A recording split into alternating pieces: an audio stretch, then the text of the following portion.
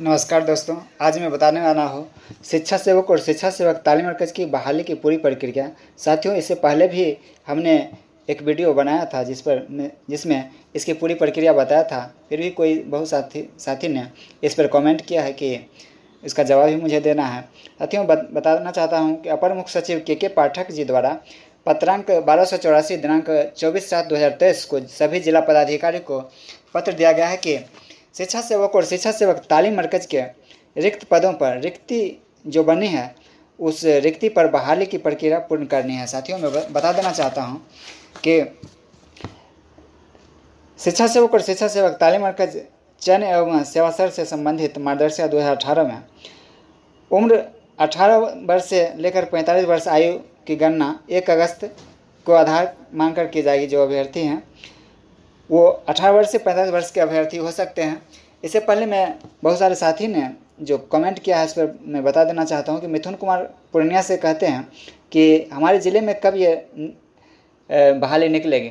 साथियों, के पाठक जी द्वारा जो लेटर जारी कर दिया गया है जिसमें सभी जिला पदाधिकारी मतलब डीएम साहब को लेटर दिया गया है कि रिक्ति के विरुद्ध जो सूबे में अपने बिहार राज्य में 20,000 शिक्षा सेवक और 10,000 तालीम मरकज़ की जो सीट है उसमें जो रिक्ति बनी है उस पर जो बहाल करना है, तो प्रत्येक ज़िले में डीपीओ साहब होते हैं, जिला कार्यक्रम पदाधिकारी, वो लेटर प्रत्येक अपने अपने ज़िले में निकाल करके प्रखंड शिक्षा पदाधिकारी को लेटर देंगे और प्रखंड शिक्षा पदाधिकारी अपने एरिया में दलित, महादलित और अल्पसंख्यक अति पिछड़ा वर्ग की जो आबादी होगी वहाँ का सर्वे करवा करके जिला कार्यक्रम पदाधिकारी को अपना पत्र सौंपेंगे और उस आबादी के आधार पर संबंधित विद्यालय के प्रधानाध्यापक को लेटर जाएगा कि वहाँ पर शिक्षा सेवक या शिक्षा सेवक तालीम मरकज़ की बहाली होनी है और ये आवेदन उस आबादी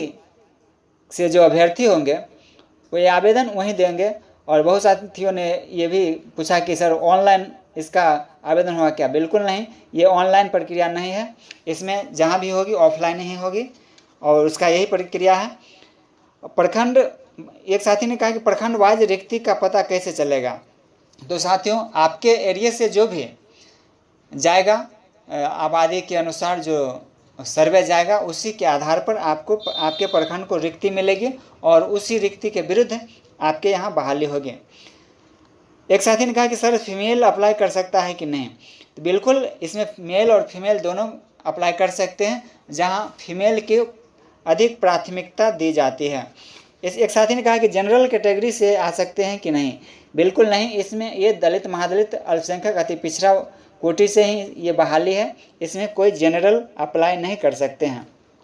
अशोक कुमार कहते हैं कि मेरे पिता का देहांत जो शिक्षा सेवक पद पर थे उनकी देहांत 2014 में हो गई है, इसका डेटा कहाँ से मिलेगा? तो स्थानीय स्तर पर आप KRP से संपर्क करके आप अपने पिताजी का डेटा ले सकते हैं। प्रेम आनंद कुमार कहते हैं कि फॉर्म कैसे भरा जाएगा? बिल्कुल साथियों, मैंने पहले ही कह दिया है कि जहाँ रिक्ति बनेगी वहाँ के HM के पास आप अप्लाई कर सकते हैं। और दूसरी बात, जिस आबादी जहाँ से सर्वे जाएगी वहाँ के स्थानीय जो अभ्यर्थी होंगे उसी को प्रथम प्राथमिकता दी जाएगी। उस आबादी में, उस मोहल्ले में अगर मैट्रिक या मैट्रिक समकक्ष महिला या पुरुष अभ्यर्थी नहीं है तो बगल के टोला, और बगल के टोला में भी नहीं है तो बगल के पंचायत से लिया जाएगा, ऐसा भी प्रावधान है। लेकिन प्रथम प्राथमिकता उन्हीं को मिलेगी जो वहाँ के स्थानीय लोग हैं। शिक्षा सेवक तालीम मरकज़ नियमावली 2018 सेवा सर संबंधित मार्गदर्शिका 2018, ये इसमें न्यूनतम शैक्षणिक योग्यता मैट्रिक या मैट्रिक समकक्ष है, जिसमें उम्र 18 वर्ष से 45 वर्ष 1 अगस्त को आधार मानकर गणना की जाएगी। और इसमें यह भी है कि उच्चतर योग्यताधारी को चयन में किसी प्रकार का अतिरिक्त अधिमानता दे नहीं होगा। इसमें मैट्रिक या मैट्रिक समकक्ष में जो भी अंक है उसी के आधार पर मेधा सूची तैयार की जाएगी। उच्चतर योग्यताधारी को इसका अतिरिक्त अधिमानता नहीं दी जाएगी। हाँ, एक बात और है कि शिक्षा विभाग या सरकारी कोई भी कार्य में अगर 6 महीना से लेकर के कम से कम 6 महीना या उससे अधिक वर्ष तक अगर काम किए हैं तो उसमें अधिकतम अंक आपको एक्स्ट्रा अंक दिए जाएंगे। ऐसी स्थिति में अगर 6 माह आप सरकारी सेवा में काम किए हैं तो 5 अंक, और 1 वर्ष से अधिक अगर काम किए हैं तो 10 अंक, ये अनुभव के अंक आपको दे होगी। गैर सरकारी क्षेत्र के कार्य के लिए एवं जिन कार्यों में वेतन या प्रबोधन भुगतान का प्रमाण नहीं होगा उन्हें अनुभव का अंक दे नहीं होगा। स्पष्ट है साथियों कि जिस टोला से शिक्षा सेवक तालीमर्ग का चयन किया जाना है वहीं के आवेदक से आवेदन पत्र प्राप्त कर चयन किया जाएगा। आवेदन के साथ जाति प्रमाण पत्र, आवास प्रमाण पत्र, मैट्रिक सहित उच्च योग्यता सर्टिफिकेट वो आधार कार्ड का छाया प्रति देना अनिवार्य है।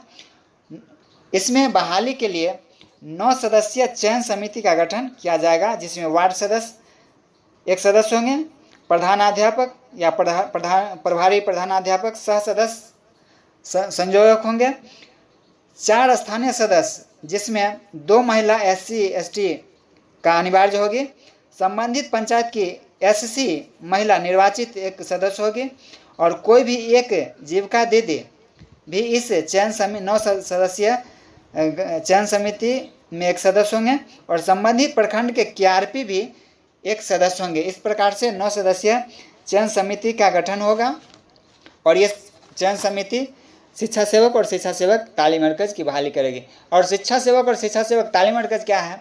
दलित और महादलित से जो भी अभ्यर्थी आएंगे और दलित और महादलित आबादी पर जो बहाली होते हैं वो शिक्षा सेवक कहलाते हैं, जिसमें 6 से ये सर्वे नामांकित हो या अनामांकित हो, 6 से 14 आयु वर्ग के बच्चों का सर्वे 25 बच्चों पर 1 शिक्षा सेवक और अल्पसंख्यक अति पिछड़ा वर्ग के 6 से 14 आयु वर्ग के बच्चों पर 1 तालीम मरकज़ की बहाली होती है।